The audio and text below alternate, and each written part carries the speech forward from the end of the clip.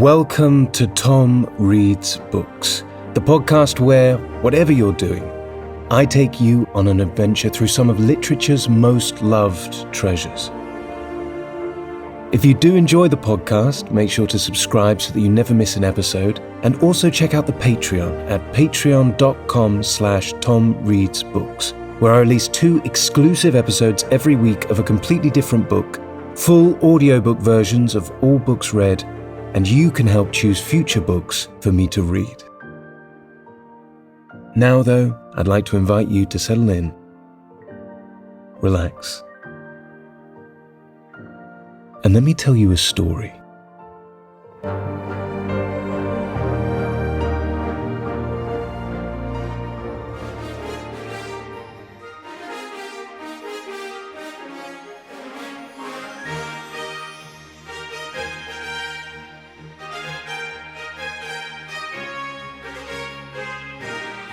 Alice's Adventures in Wonderland. Written by Lewis Carroll.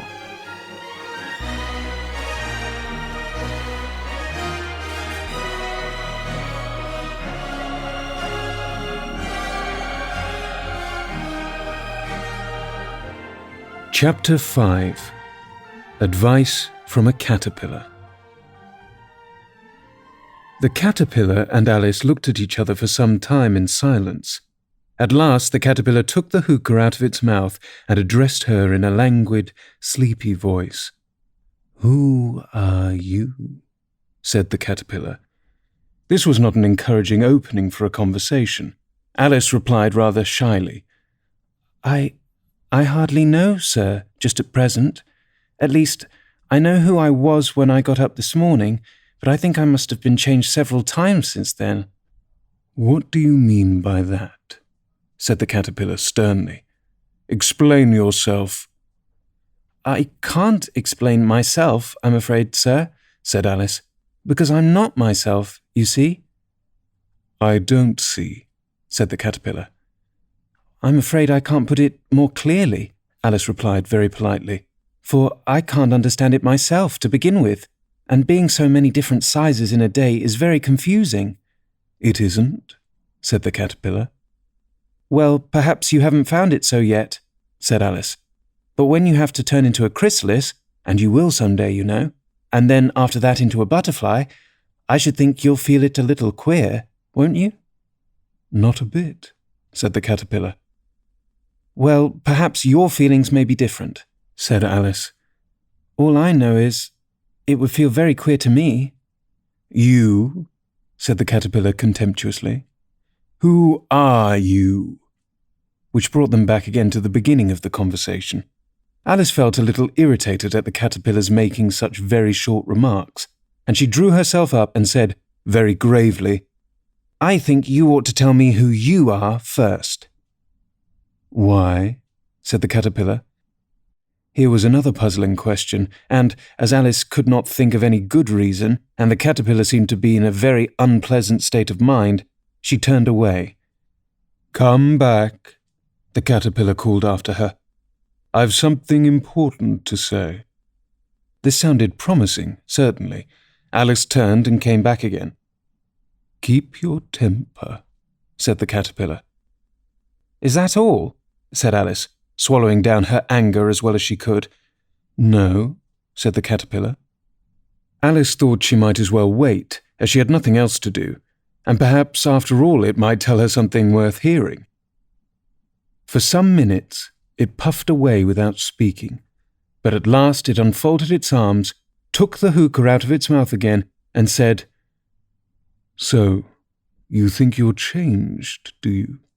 "I'm afraid I am, sir," said Alice. "I can't remember things as I used, and I don't keep the same size for 10 minutes together." "Can't remember what things?" said the caterpillar. "Well, I've tried to say, 'How doth the little busy bee?' but it all came out different," Alice replied in a very melancholic voice. "Repeat. You are old, Father William," said the caterpillar. Alice folded her hands and began. "You are old, Father William," the young man said, "and your hair has become very white. And yet you incessantly stand on your head, Do you think at your age it is right?" "In my youth," Father William replied to his son, "I feared it might injure the brain. But now that I'm perfectly sure I have none, why, I do it again and again." "You are old," said the youth, "as I mentioned before, and have grown most uncommonly fat. Yet you turned a back somersault in at the door. Pray, what is the reason of that?" "In my youth," said the sage, as he shook his grey locks, "I kept all my limbs very supple. By the use of this ointment, 1 shilling the box, allow me to sell you a couple." "You are old," said the youth, "and your jaws are too weak for anything tougher than suet. Yet you finished the goose with the bones and the beak. Pray, how do you manage to do it?" "In my youth," said his father, "I took to the law, and argued each case with my wife, and the muscular strength which it gave to my jaw has lasted the rest of my life." "You are old," said the youth. "One would hardly suppose that your eye was as steady as ever. Yet you balanced an eel on the end of your nose. What made you so awfully clever?" "I have answered 3 questions, and that is enough," said his father. "Don't give yourself airs.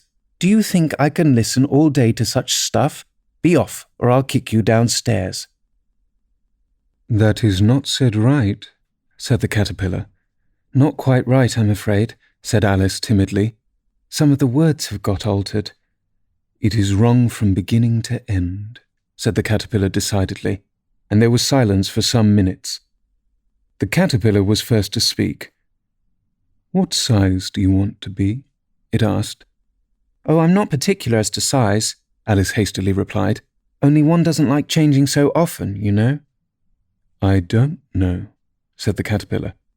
Alice said nothing. She had never been so much contradicted in all her life before, and she felt that she was losing her temper. "Are you content now?" said the caterpillar. "Well, I should like to be a little larger, sir, if you wouldn't mind," said Alice. 3 inches is such a wretched height to be."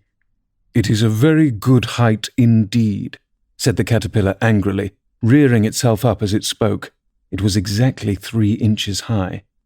"But I'm not used to it," pleaded poor Alice in a piteous tone, and she thought to herself, "I wish the creatures wouldn't be so easily offended."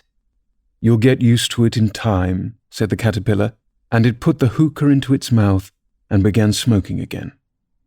This time Alice waited patiently until it chose to speak again. In a minute or 2, the caterpillar took the hookah out of its mouth and yawned once or twice and shook itself. Then it got down off the mushroom and crawled away into the grass, merely remarking as it went, "One side will make you grow taller, and the other side will make you grow shorter." "One side of what? The other side of what?" thought Alice to herself. "Of the mushroom," said the caterpillar, just as if she had asked it aloud, and in another moment it was out of sight. Alice remained looking thoughtfully at the mushroom for a minute, trying to make out which were the 2 sides of it, and, as it was perfectly round, she found this a very difficult question. However, at last she stretched her arms round it as far as they would go, and broke off a bit of the edge with each hand. "And now which is which?" she said to herself, and nibbled a little of the right-hand bit to try the effect. The next moment she felt a violent blow underneath her chin. It had struck her foot. She was a good deal frightened by this very sudden change, but she felt that there was no time to be lost, as she was shrinking rapidly, so she set to work at once to eat some of the other bit. Her chin was pressed so closely against her foot that there was hardly room to open her mouth, but she did it at last and managed to swallow a morsel of the left-hand bit.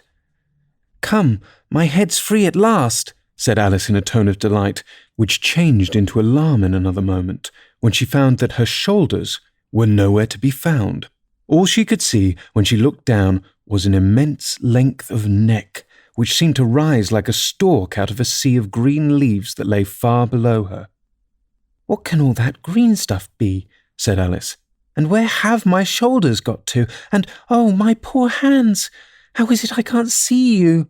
She was moving them about as she spoke, but no result seemed to follow, except a little shaking among the distant green leaves. As there seemed to be no chance of getting her hands up to her head, she tried to get her head down to them, and was delighted to find that her neck would bend about easily in any direction, like a serpent. She had just succeeded in curving it down into a graceful zigzag, and was going to dive in among the leaves, which she found to be nothing but the tops of the trees under which she had been wandering, when a sharp hiss made her draw back in a hurry.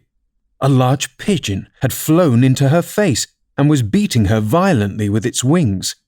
"Serpent!" screamed the pigeon. "I'm not a serpent," said Alice indignantly. "Let me alone." "Serpent, I say again," repeated the pigeon, but in a more subdued tone, and added with a kind of sob, "I've tried every way, but nothing seems to suit them." "I haven't the least idea what you're talking about," said Alice. "I've tried the roots of trees, and I've tried banks, and I've tried hedges," the pigeon went on without attending to her. "But those serpents, there's no pleasing 'em." Alice was more and more puzzled, but she thought there was no use in saying anything more till the pigeon had finished. "As if it wasn't trouble enough hatching the eggs," said the pigeon. "But I must be on the lookout for serpents night and day. Why, I haven't had a wink of sleep these 3 weeks." "I'm very sorry you've been annoyed," said Alice, who was beginning to see its meaning. "And just as I've taken the highest tree in the wood," continued the pigeon, raising its voice to a shriek, "and just as I was thinking I should be free of them at last, they must needs come wriggling down from the sky. Oh, serpent!" "But I'm not a serpent, I tell you," said Alice. I'm a... "Well, what are you?" said the pigeon. "I can see you're trying to invent something." I'm a little girl," said Alice, rather doubtfully, as she remembered the number of changes she had gone through that day. "A likely story indeed," said the pigeon in a tone of deepest contempt. "I've seen a good many little girls in my time, but never one with such a neck as that. No, you're a serpent, and there's no use denying it. I suppose you'll be telling me next that you've never tasted an egg." "I have tasted eggs, certainly," said Alice, who was a very truthful child. "But little girls eat eggs quite as much as serpents do, you know." "I don't believe it," said the pigeon. "But if they do, why, then they're a kind of serpent, that's all I can say."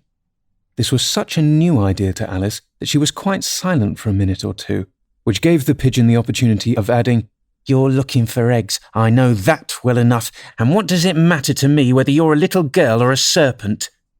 "It matters a good deal to me," said Alice hastily, "but I'm not looking for eggs, as it happens, and if I was, I shouldn't want yours. I don't like them raw." "Well, be off then," said the pigeon in a sulky tone, as it settled down again into its nest. Alice crouched down among the trees as well as she could, for her neck kept getting entangled among the branches, and every now and then she had to stop and untwist it. After a while, she remembered that she still held the pieces of mushroom in her hands, and she set to work very carefully, nibbling first at one and then at the other, and growing sometimes taller and sometimes shorter, until she had succeeded in bringing herself down to her usual height. It was so long since she had been anything near the right size that it felt quite strange at first, but she got used to it in a few minutes and began talking to herself as usual. "Come, there's half my plan done now. How puzzling all these changes are.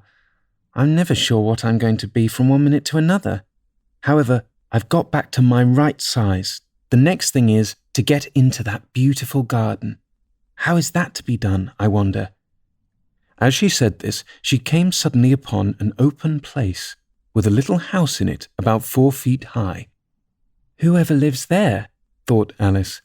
"It'll never do to come upon them this size. Why, I should frighten them out of their wits." So she began nibbling at the right-hand bit again, and did not venture to go near the house till she had brought herself down to 9 inches high.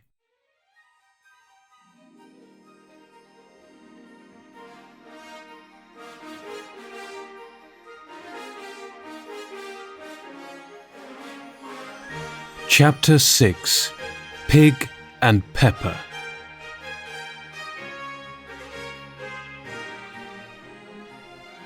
For a minute or two she stood looking at the house and wondering what to do next, when suddenly a footman in livery came running out of the wood.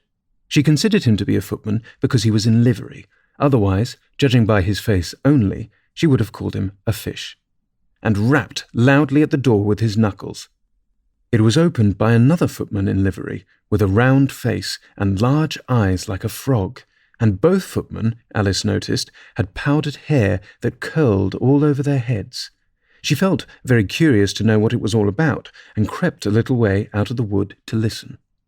The fish footman began by producing from under his arm a great letter, nearly as large as himself, and this he handed over to the other, saying, in a solemn tone, "For the Duchess, an invitation for the Queen to play croquet." The frog footman repeated in the same solemn tone, only changing the order of the words a little. "From the Queen, an invitation for the Duchess to play croquet." Then they both bowed low, and their curls got entangled together. Alice laughed so much at this that she had to run back into the wood for fear of their hearing her, and when she next peeped out, the fish footman was gone, and the other was sitting on the ground near the door, staring stupidly up into the sky. Alice went timidly up to the door and knocked. "There's no sort of use in knocking," said the footman, "and that's for 2 reasons. First, because I'm on the same side of the door as you are. Secondly, because they're making such a noise inside no one could possibly hear you." And certainly there was a most extraordinary noise going on within, a constant howling and sneezing, and every now and then a great crash, as if a dish or kettle had been broken to pieces. "Please then," said Alice, "how am I to get in?" "There might be some sense in your knocking," the doorman went on, without attending to her, "if we had a door between us. For instance, if you were inside, you might knock, and I could let you out, you know." He was looking up into the sky all the time he was speaking, and this Alice thought decidedly uncivil. "But perhaps he can't help it," she said to herself, "for his eyes are so very nearly on the top of his head, but at any rate he might answer questions. How am I to get in?" she repeated aloud. "I shall sit here," the footman remarked, "till tomorrow." At this moment the door of the house opened, and a large plate came skimming out, straight at the footman's head. It just grazed his nose, and broke to pieces against one of the trees behind him. "Or the next day, maybe," the footman continued in the same tone, exactly as if nothing had happened. "How am I to get in?" asked Alice again, in a louder tone. "Are you to get in at all?" said the footman. "That's the first question, you know." It was, no doubt, only Alice did not like to be told so. "It's really dreadful," she murmured to herself, "the way all these creatures argue. It's enough to drive one crazy." The footman seemed to think this a good opportunity for repeating his remark with variations. "I shall sit here," he said, "on and off for days and days." "But what am I to do?" said Alice. "Anything you like," said the footman, and began whistling. "Oh, there's no use in talking to him," said Alice desperately. "He's perfectly idiotic." And she opened the door and went in.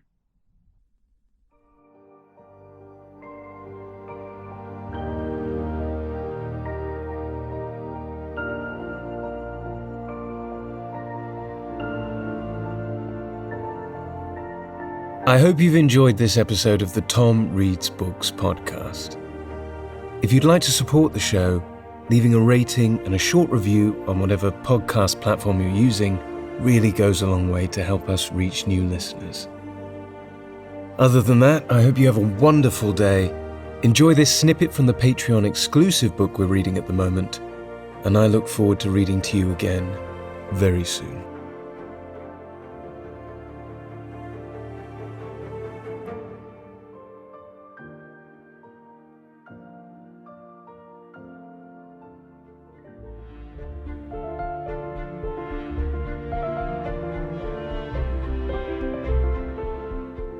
Pride and Prejudice.